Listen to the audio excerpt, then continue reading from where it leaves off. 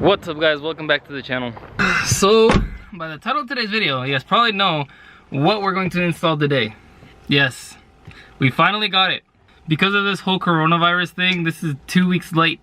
So yeah, this is not my fault why this is so late. Better late than never. I'm not sure if I'm gonna have everything for this thing, so I might just mount it. And if I don't have all the right hardware and all the right little pins for the whole lines, because I have the whole lines as well.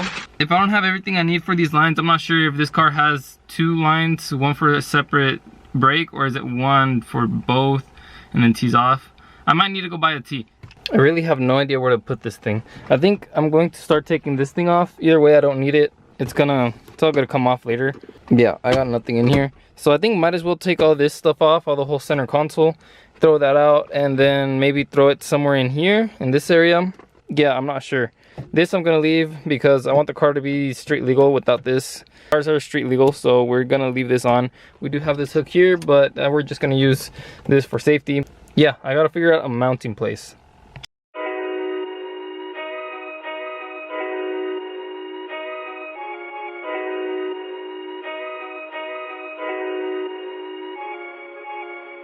Tear their ass up, simple as that.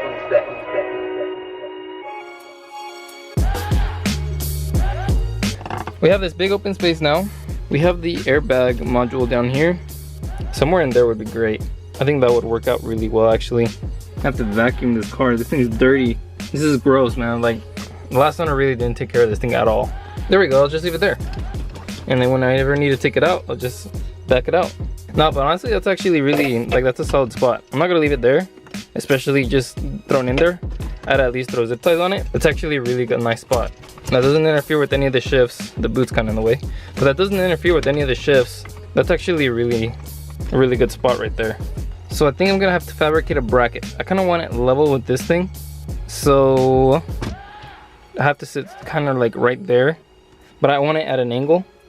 So I think I'm gonna have to weld a bracket from here up, over, and down, and probably weld it on each end or bolt it down. Either way, like I said, we have the airbag module down here, which I should probably just get rid of completely. I don't know if the airbags are gonna react to that in any way. I don't want this blowing up in my face, and I don't want that blowing up and breaking my windshield anymore. I'm gonna have to go pick up metal and probably that T. So I'm gonna jack up the car, check the underneath to see what the brake lines are like for the rear. If I need a T, I'll go buy a T in the metal, and we'll finish this install when I get all that. I have 2 rolls of this hardline, so we definitely should be able to get from here to the back tires and split to a T if we need to, or whatever we have to work out. We should have enough hardline.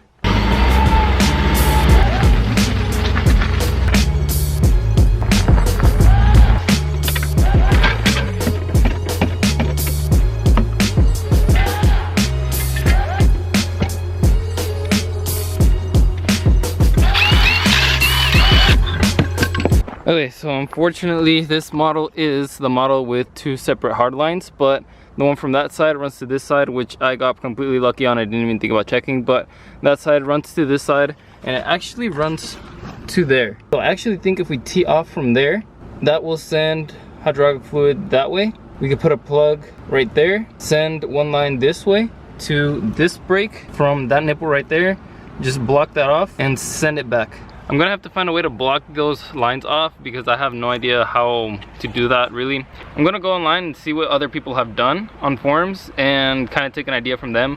But right now I definitely gotta go pick up a T for that, and then I gotta find a way to plug the other hard lines. We actually have a hole here that runs out to the bottom of the car, but I'm not sure if that's a good idea. It's gonna run kind of like from over there, over, and then through here, and then from there just turn that way and then run straight there. We could also run a dual caliper, but that's a lot more expensive. The brackets for the dual calipers alone are like 200 bucks.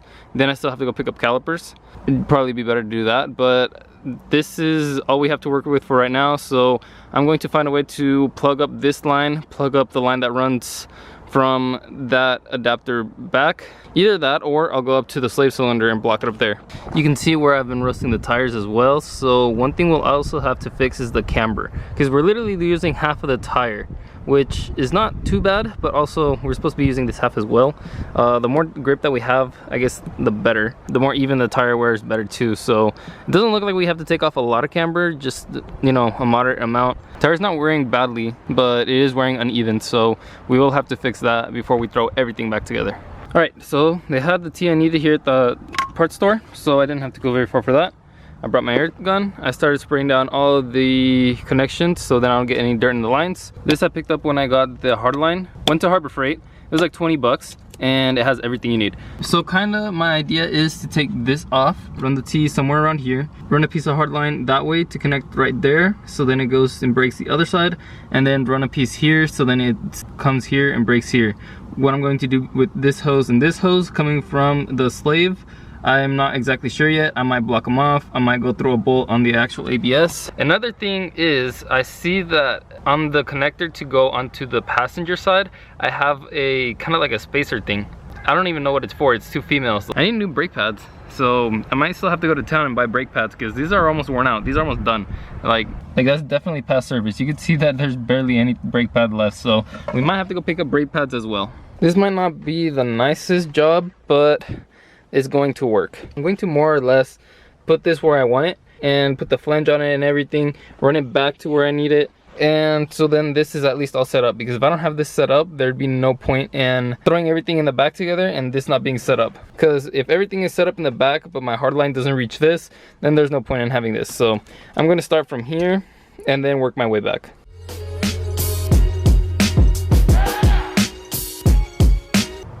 I don't think I'm doing this right.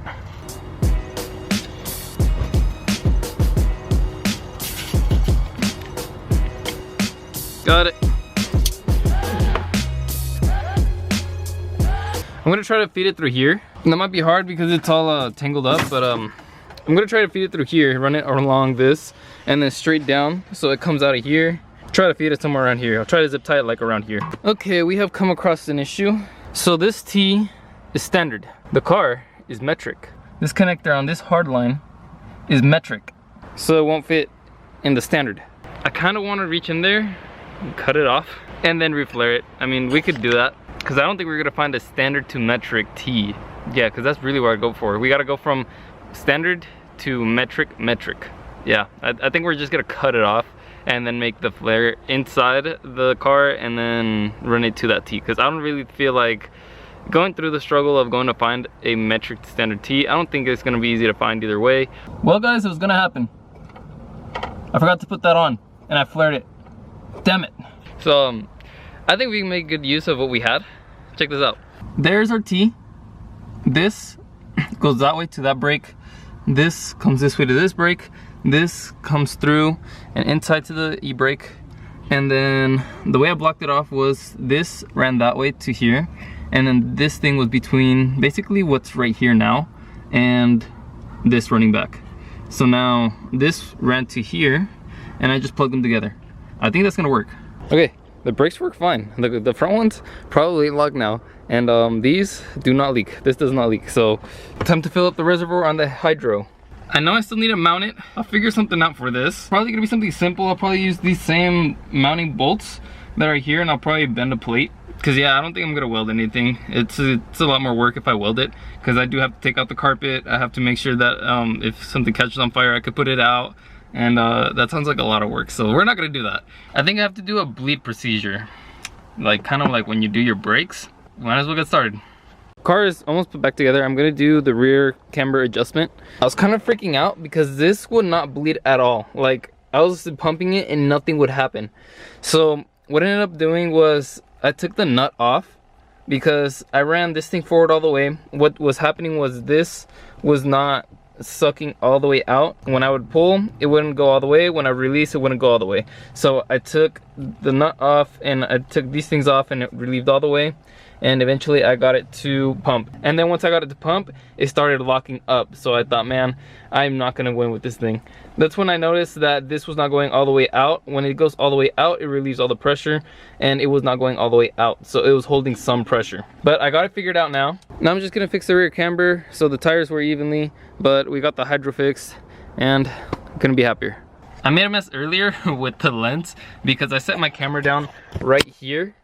and I said, what if I spray air in here so then it pushes it all through the line, pushes the fluid through the line. And when I did that, it sprayed it and the camera was right there, so all of this got covered in fluid. So I don't know if you guys can tell. Yeah, it's a little bit dirty. I'll clean it later. Okay, so for testing purposes, I flipped this around so it's angled forward and not up. I wanted it further up, but I couldn't get the socket in there and tighten it, so that's where we'll leave it for now. Tomorrow we'll build a bracket. Let's go take it for a test drive. Okay, so it's kind of hard to record and test the brake. I think since I didn't bleed this side, it's not locking, because yeah, it's not locking. I'm gonna go and probably bleed that side and test it again. Well, I bled the other side and then I went for a drive and it didn't fix anything. So it did make it a little bit stiffer. So I think it did work a little bit, because now I can put the bottom release. I used to not be able to put it in here without it being tight, and now it's actually kind of hard to put it in there. So, and it definitely did bleed a little bit. It's better than nothing. This will do for now.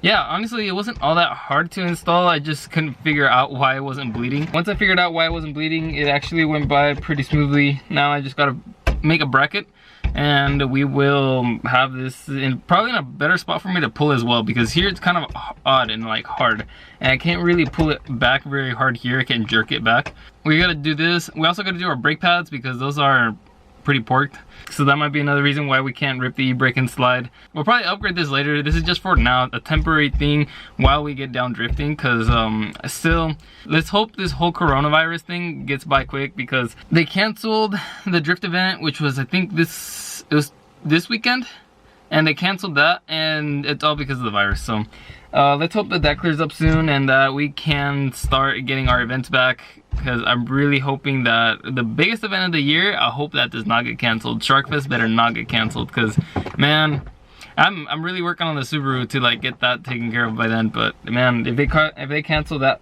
event, I'm gonna be really bummed, and I know a lot of people will too.